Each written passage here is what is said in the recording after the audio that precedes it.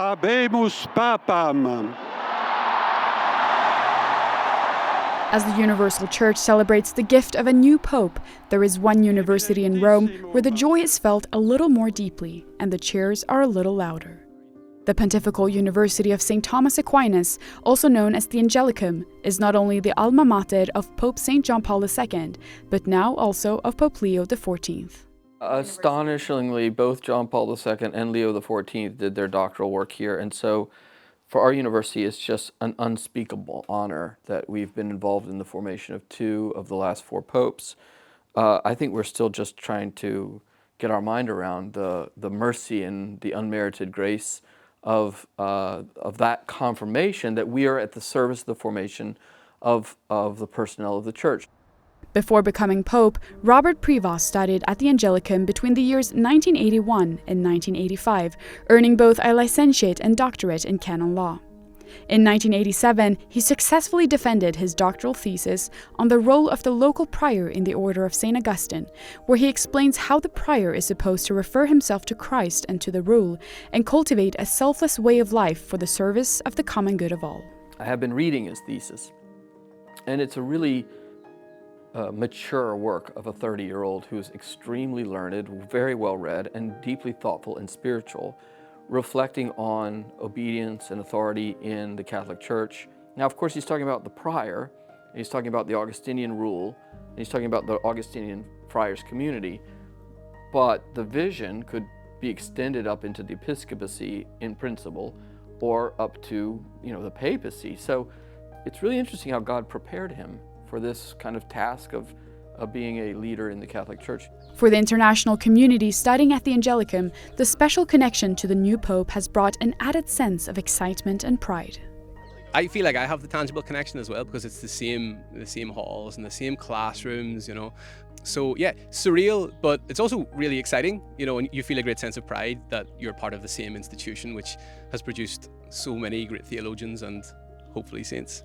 For American students, especially those at the Pontifical North American College in Rome, the election of the first American pope brings the papacy closer because of Pope Leo's experience with American culture and tradition. And one of the things I keep kind of coming back to and praying about is, the American College was founded in Rome so that American seminarians could come to know and love the Holy Father in a deeper way. And now to have an even more special connection, that the man that has filled the seat, that has stepped into the shoes of Peter, understands me in a way that in the past they maybe hadn't. No matter where they come from, students shared great joy in knowing that they are walking in the footsteps of great men, those who came before them and those now called to lead the Church, and in realizing that their own daily lives may not be so different from what theirs once was.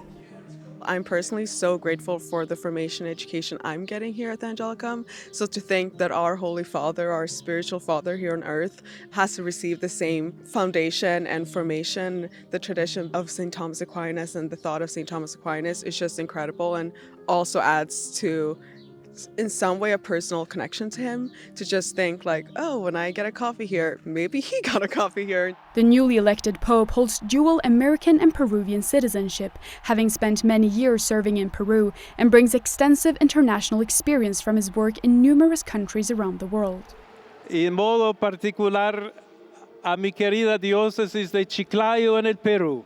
The Pope seems very aware that he's the Pope of the whole Catholic Church and is not tied to any sort of excessive nationalism, and I think that's really important. It's an invitation to reconsider your own national identity in the light of Christ. Rome is home to more than 20 pontifical universities and institutes, which offer ecclesiastical degrees in theology, philosophy, canon law, and related disciplines, serving seminarians, clergy, religious, and lay students from across the globe.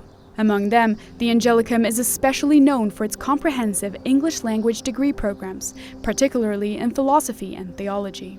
But I do think for us it's obviously just an interesting opportunity, and I would say actually responsibility as the bilingual or English-speaking institution with a lot of American presence to help be a bridge, to facilitate the dissemination of the message of Christ and of Pope Leo XIV to the world in Rome in a language which has, of course, a very important place in the wider culture. For students, the fact that Pope Leo is American is historic, and while his nationality holds little importance compared to the mission and task that lay ahead of him, they hope that his linguistic abilities will bear rich fruit for the Church. First and foremost, we are a universal church, so the nationality doesn't mean that much, but I know when I grew up there was a German Pope, which was kind of a big deal for us as well, I'd say, and for me, especially throughout my studies, it has been a big deal because he just spoke and wrote in German in his mother tongue and in my mother tongue, so I can expect that he will reach more American people, which is a great thing.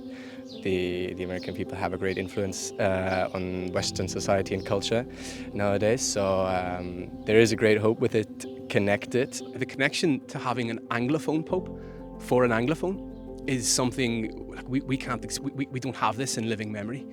Today and every day, let us ask the Lord to open our hearts to His saving word and its power to transform and enrich our lives and enrich the world in which we live.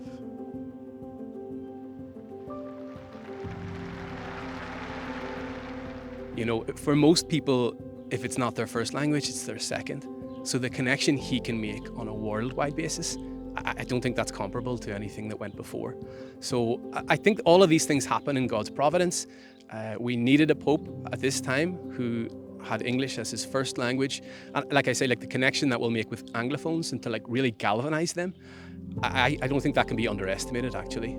The choice of the name Leo XIV carries significant historical and symbolic weight. For both professors and students, it inspires hope that the new pope will, like his predecessor, Leo XIII, be a strong advocate of Thomism and the Church's intellectual tradition.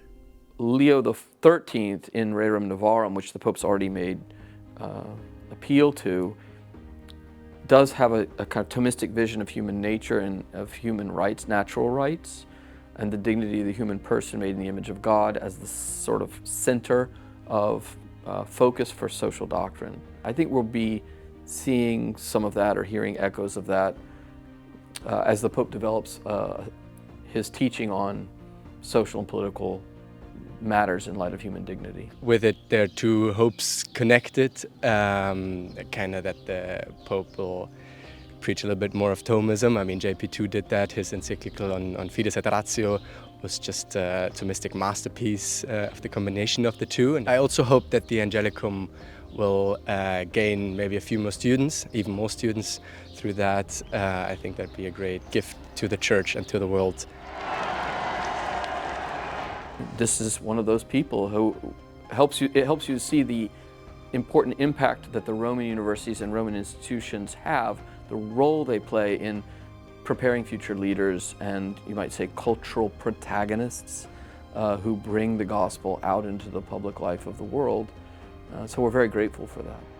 In Rome, Benedikt Cedergren for EWTN News.